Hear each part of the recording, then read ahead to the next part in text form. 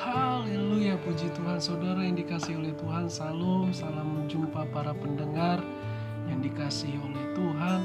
Bersama kembali dengan saya Pastor Henry Indrawan. Dalam waktu 5 menit saya akan membagikan berkah firman Tuhan.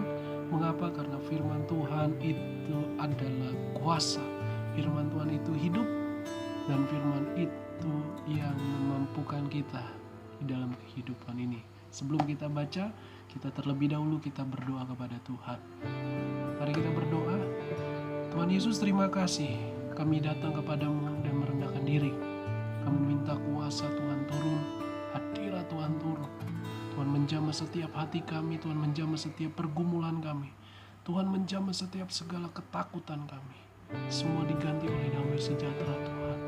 Kami yang percaya dan beriman kepadamu, diberkati Tuhan dalam nama Yesus. Apapun pergumulan kami saat ini, biarlah Tuhan yang mengurapi, dan Tuhan urapi hamba-Mu, sehingga firman yang kami baca dan yang kami dengar itu yang menyenangkan Tuhan. Dalam nama Yesus. Haleluya. Amin. Puji Tuhan saudara, mari kita lihat ayat firman Tuhan di dalam kitab Mazmur pasal yang 27. Saya baca di sini Mazmur 27 ayat yang pertama. Aman dalam perlindungan Allah. Dari Daud. Tuhan adalah terangku dan keselamatanku. Kepada siapakah aku harus takut? Tuhan adalah benteng hidupku. Terhadap siapakah aku harus gemetar?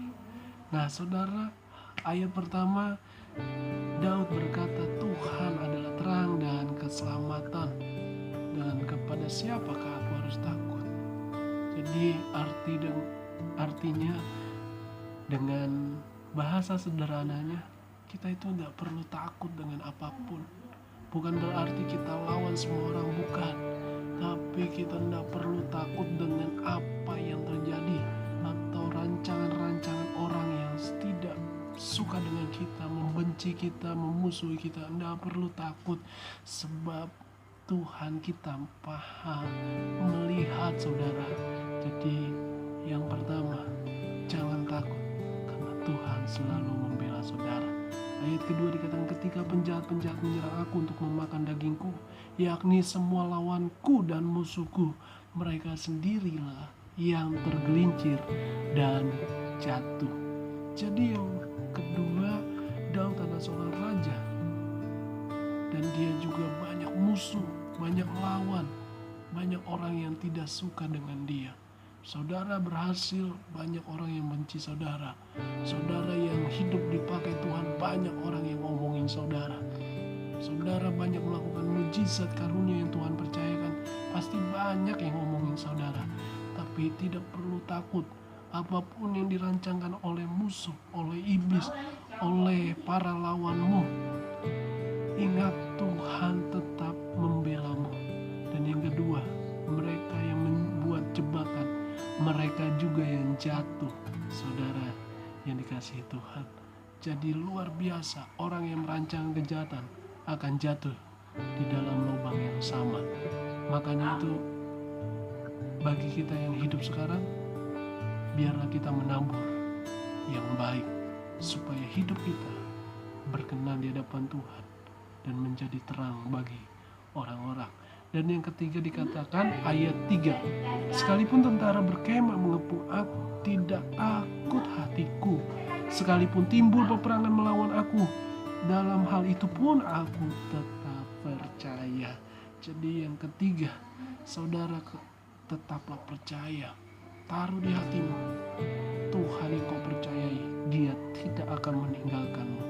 Sekalipun mereka sudah buat kemah atau buat kubu-kubu untuk menyerang saudara, untuk membuat rencana-rencana yang jahat terhadap saudara, jangan takut.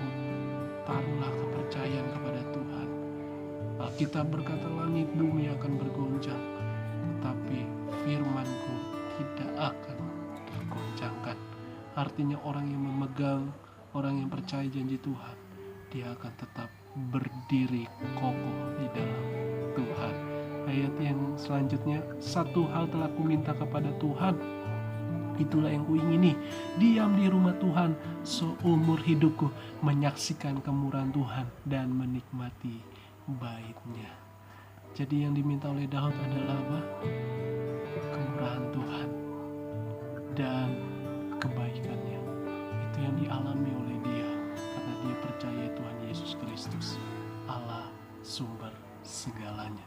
Ayat yang ke-5, sebab ia melindungi aku dalam pondoknya, pada waktu bahaya ia menyembunyikan aku dalam persembunyiannya. Di kemahnya ia mengangkat aku ke atas gunung batu. Maka sekarang tegaklah kepalaku mengatasi musuh sekeliling aku. Dalam kemahnya aku mau mempersembahkan korban dengan sorak-sorak. Aku mau menyanyi dan bermazmur bagi Tuhan. Yang terakhir, Tuhan selalu memberikan kemenangan, sehingga kita mau bermazmur, mau bersyukur, mau memuji Dia. Jadi saudara, itulah kebaikan Tuhan yang selalu mengasihi kita. Shalom.